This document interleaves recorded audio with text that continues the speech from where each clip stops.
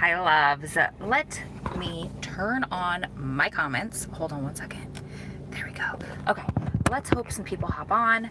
I'm on my lunch break. So I had planned to, I hope I made this public. It's been a couple weeks, let me tell you. As I was saying on my video yesterday, although I'm not nearly as energetic as I was yesterday, which might not be a terrible thing considering yesterday I was crazy over the top energetic. Hi to everybody who's hopping on. I don't see comments yet. There we go. Good morning, Shannon. It's really sunny in here, so if I can't see your names, I am so sorry. Your name is a little bit lighter than your comment, which is wonderful because I need to be able to read your comments, but I do apologize if I can't see with the sun glare your names, but I promise I'm sending so much love and hellos to each one of you. So Wednesdays are normally, oh, thanks, Cynthia. I was just joking with Carolyn from the Prisoner Family Conference texted me, and this is not the first time this has ever happened to me. Hi, Arizona. Hi, Ro will autocorrect to gyro, but not spelled like the Greek gyro that you eat. It's Jairo. So she's like, I don't know why that just happened. Hey, Dawn. And so I was like, she goes, but I guess that's going to be your new nickname. And I was like, that's cool, as long as we pronounce it Harrow because of this mane that we have going on. But thank you, I appreciate that. So today is Monday, Wednesday, and Fridays are typically my upload days, and then in between I'll do my lives usually. So I filmed a video last night, one of our inmate interviews, which is amazing, and I need your guys' feedback either on the live or even if you come back and watch this later. Hey Kelly, or see? I can't see your names, I'm sorry. Hey, Kathy.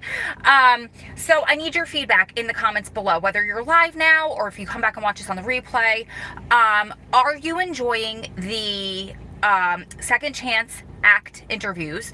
Second Chance Act, I keep saying that. Second Chance Month interviews.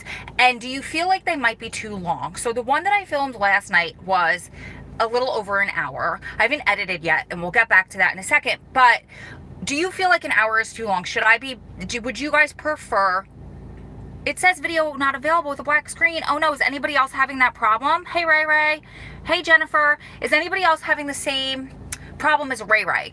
Does it say video not available, and is the screen black for you guys? You see me. Hi, Lisanne. Okay, so Ray Ray, why don't you hop off? Thanks, guys. Thanks, Shannon. And come back on and see.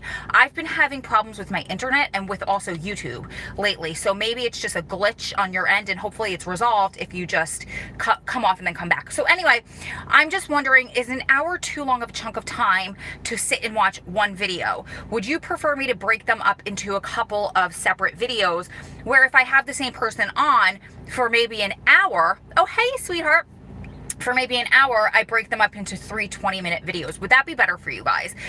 Because I do have some more, and I was planning to make these 10 to 15 minutes, but then somebody gets into their story, and that alone is 20 minutes, but it's so beneficial. Like last night, he really went into his past, and he's in his 40s and started when he was in high school. But here's the thing, with these interviews, I have people from so many different walks of life and so many different paths that I think it's so beneficial for them to get that in detail, because then it resonates with the people who it needs to resonate with. So you might really hear what my friend Arturo said last night in a way that he said it, versus if I cut him off and was like, don't tell me about your background, just answer my questions because this is what everybody wants to know. He might say something or drop some sort of knowledge bomb that I never would have been able to get out of him had I not let him tell his story for 30 minutes and then go into my question. So if you guys, I saw that somebody said that they're not too long. Awesome. I just see that. I could see on the back end of YouTube that it's common for people to drop off around 7 minutes. So and those might be my older videos, but I just want to make sure that I'm doing things in a way that is most beneficial for you guys, because that's why I'm here. I'm good with an hour. Awesome. I didn't see the rest of that, but that's perfect. That's what I needed to know. Okay, so I had filmed that video last night. We finished filming like a couple minutes after 9 o'clock. Oh my God, I love you. Thank you, sweetheart. The reason that I have these big sunglasses on is because I don't have a stitch of makeup on my face. This is how it's been going lately. Hi, Nikolai. Is that I go to work looking like a hot mess, no makeup, nothing. And then I come home after the gym and I shower, and then I'm putting on makeup at like 8 o'clock at night to film a video interview, and then I'm washing it right off my face. But YOLO, that's how it goes. So anyway, thank you for that. I love that you said I look flawless because I literally don't have a stitch of makeup on my face. But I am hiding behind sunglasses. So anyway, that video ended around 9:15 and I didn't get it. It did not download. It was processing for hours and it didn't finish processing until this morning. So I didn't get a chance to edit it. And not that these are not heavily edited, because like I said, I want it to be as raw and uncut as possible.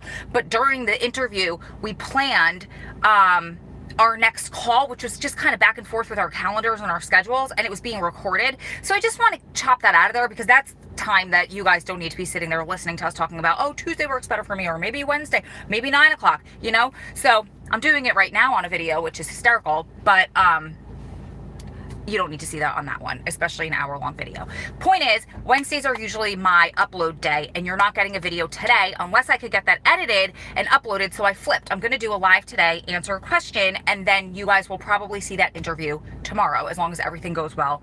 And the technology gods are working in my favor. We will have that up for you tomorrow. It's worth the wait. It was really, really a really good interview. So I'm going to answer a question that I got.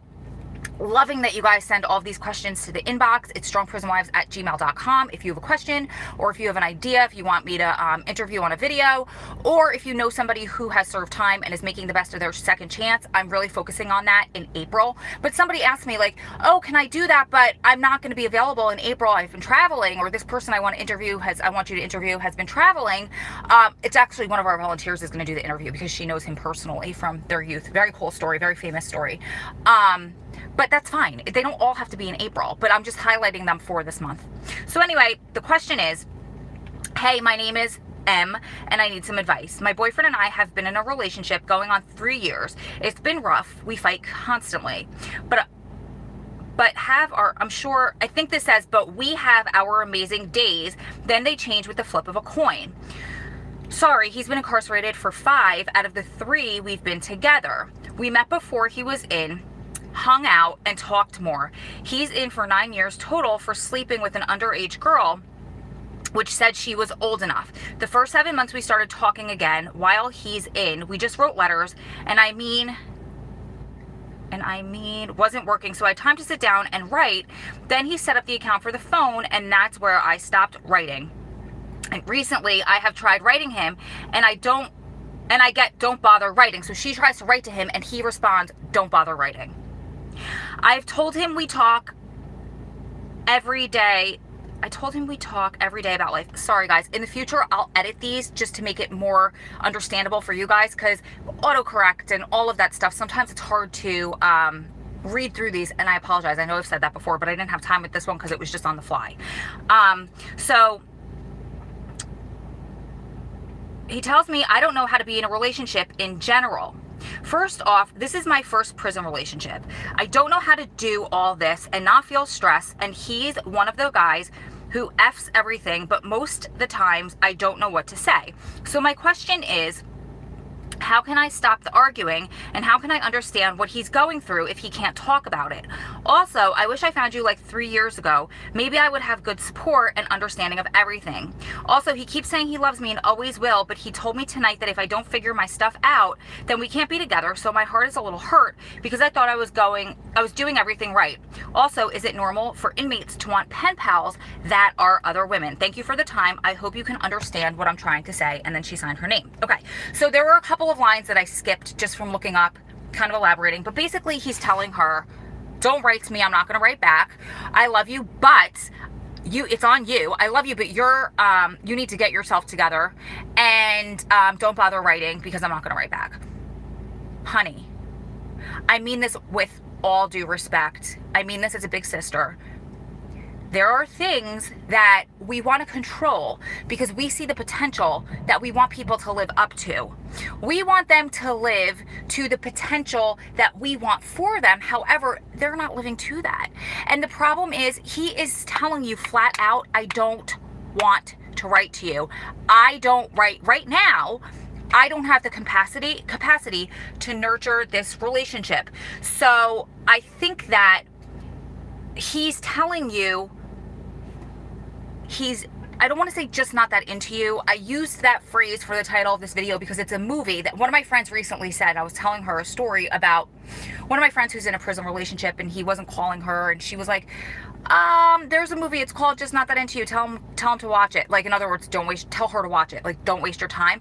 And I don't know if it's necessarily that, but he's been in 5 years, so it's not that he's adjusting to the system. And I'm not trying to be heartless here, but he is telling you, and you're listening to what your heart is saying, and you're listening to what you want him to be saying.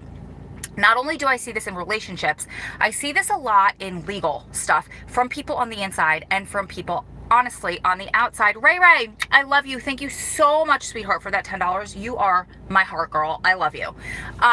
So anyway, so when people read legal work, this happens all the time to Adam because Adam is really versed in law, although he never wants to become a lawyer, and everybody and their brother's like, why not? But it's just not his thing, and that's cool. Do whatever you want to do. But they'll see, like, guys will come to him, oh my God, I'm going home. Look at this. And he's like, what? What are you talking? Like, there's nothing about your case in here. No, it says that this and da-da-da. And I've talked about that a lot on other videos, and I get wrapped up in that too because you see what you want to see. You see in the paperwork, the legal work, what can help you. Of course, it's your hope. It's everything. In a relationship, you see what you want to see a lot of the times, and you're not listening to the words that are coming out of their mouth. And I just can't get behind telling you to stay there and to keep trying to nurture a prison relationship. First of all, is the most difficult thing in the world if both parties are on the same page and want this. That's still hard, and you still have to nurture it. And if it's the beginning and I've spoken about this a lot before, but you guys knew each other before, and he goes inside and he's trying to push you away, that's different. And I understand fighting for that. And the video that I posted, I believe on Monday with Don, the video is called He's Been Home from Prison for Less Than a Week. And I interviewed him and he talked about that. I asked him that for a reason, on purpose. And he said to me all of the reasons why he felt the need to push his loved one away, and she stuck around. So that I totally understand. And now he's home. They are thriving. I am so excited when I get updates from his wife, who I was friendly with, and she kind of pushed him to do this interview, which I'm so excited for. But go back and watch that video and you could hear that from his perspective. But that's a completely different scenario from somebody who's been in 5 years and they are straight up telling you, I do not want this. I will not write back to you if you write me. I will not spend the time nurturing this. And now, just to add it, just to nail the coffin, I'm going to put it on you. I'm going to make it your fault. So I'm not going to nurture this for a second unless you fix your stuff. Meaning, I don't have to take any ownership for my responsibility in here. I'm telling you I don't want you. And I'm telling you, if you want to send me money, or you want to come to visit, or you want to do all of this stuff for me because I'm an inmate and I need it, well, you could do that. I'll let you. But I'm not going to be with you. And it's your fault. You see what I'm saying? And sadly, that's what I'm getting from this. And you didn't tell me a lot of details, but I've been doing this for a really long time that I can call it as I see it. And this one kind of is, although you didn't tell me the background details, black and white to me. So, sweetheart, my advice to you is, you said you've never been in a prison relationship before. You don't know how to be in one. Don't be in one. Go after somebody in the free world who can give you what you deserve and give you what you need. And obviously nobody knows how to live with or nurture or be in a prison relationship until you do it. But you have to do it for somebody who deserves it, and you have to do it for somebody who will give you back whatever they can in the confines of there's restrictions around your relationship. Of course there are. It's prison, right? So there's going to be things that they just cannot do for you. But there are so many things that they can do for you if they get creative. If you both get creative. Okay, what did Shannon say? Because somebody said, I agree. Making sure the videos stay interesting on 20 minutes. If persistent hour, you might lose interest. Thank you for that. Okay, I'll come back, and thank you, Cynthia, for confirming. I will come back and I'll read all those comments. Sorry, I stopped because I thought that it was, and that's okay. This is a banter, but I thought it was in reference to what I was saying, so I just wanted to help me coach. I just wanted to make sure I read it. But thank you so much, you guys, for that feedback, and you guys keep posting and letting me know. So anyway, I just want to make sure that you guys are nurturing relationships that you need to be nurtured, and you're respecting yourself and you're getting what you deserve. And I was just saying, that's what I was saying earlier before I got distracted by the comment. There are ways. I was just on a coaching call last night and I explained to the woman I was coaching, there are tons of ways that they can give back and do their part in this relationship as a couple. If you get creative, you can thrive. You can make this relationship so strong while he's inside that he will get out.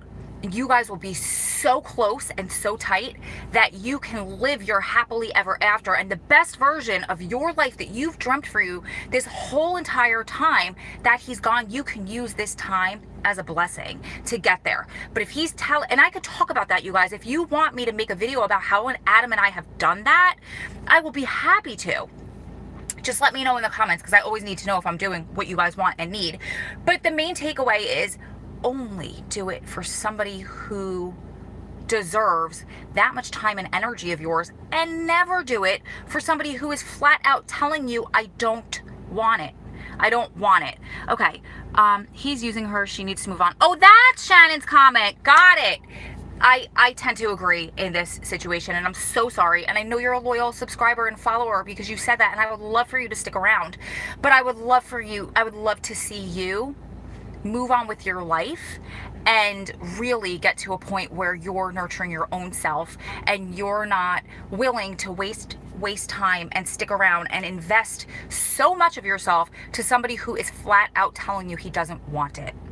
There is somebody who wants you for every part of you and so much more. Everything you have to offer, the good, the bad, the ugly, the quirks that are so fun for him because they make you so uniquely you. That's the person who wants to write back to your questions and then add more about his day. The person who can't wait for that phone line to open up so he can get on the phone and hear the sweet sound of your voice that makes everything so much better for him in there. The person who is waiting on the rail when the cops call him for a visit because it's his turn to go down and he knows that his loved one is waiting outside for him, and she's going to be in that visit room, and he doesn't want her to have to be alone in there, for any much longer than she needs to be, because she's already been through so much drama during processing downstairs probably, and he just wants to make it all better for her. That is the person that you need and should endure this type of a relationship for, not the person who says, I don't want you. I'm sorry, honey. I wish I had better advice for you, but it wouldn't be right of me to come in and make justifications or excuses for his behavior where he doesn't deserve justifications or excuses. Let him go do his thing. Let him go, live his life and figure things out on his own, because maybe that's what he needs right now to become a different person. Maybe that's what he needs right now to grow up and to mature and to not violate when he gets out and come right back to where he was. So I'm going to leave you with that. You guys keep staying strong, keep loving strong, keep supporting one another through this journey, because you're one day closer to it all being over. Lots of love from my heart to yours. I will see you, beautiful ladies and gentlemen, on my next one. But in the meantime, make sure, if you're not already subscribed, to just click that button so you get notified every single time I not only post a video, but I also come on here live, because I know a lot of people say that they get so upset when they miss lives with me, and I love that. And I think that's my favorite, because I get to interact with you guys, and also you'll see the inmate videos. And then please just make sure you like this video if you like my content, so I know to keep posting what I'm posting. If you don't like these Q&As, I could always answer back in an email. But if you like to be involved and you're learning from them, give me a thumbs up so I know. And I will see you guys tomorrow with my interview. And I did get those questions that I believe it was Issa asked when I said, do you have any questions for him? She asked a couple and he answered them beautifully, as did I. We kind of bantered back and forth about that. So look out for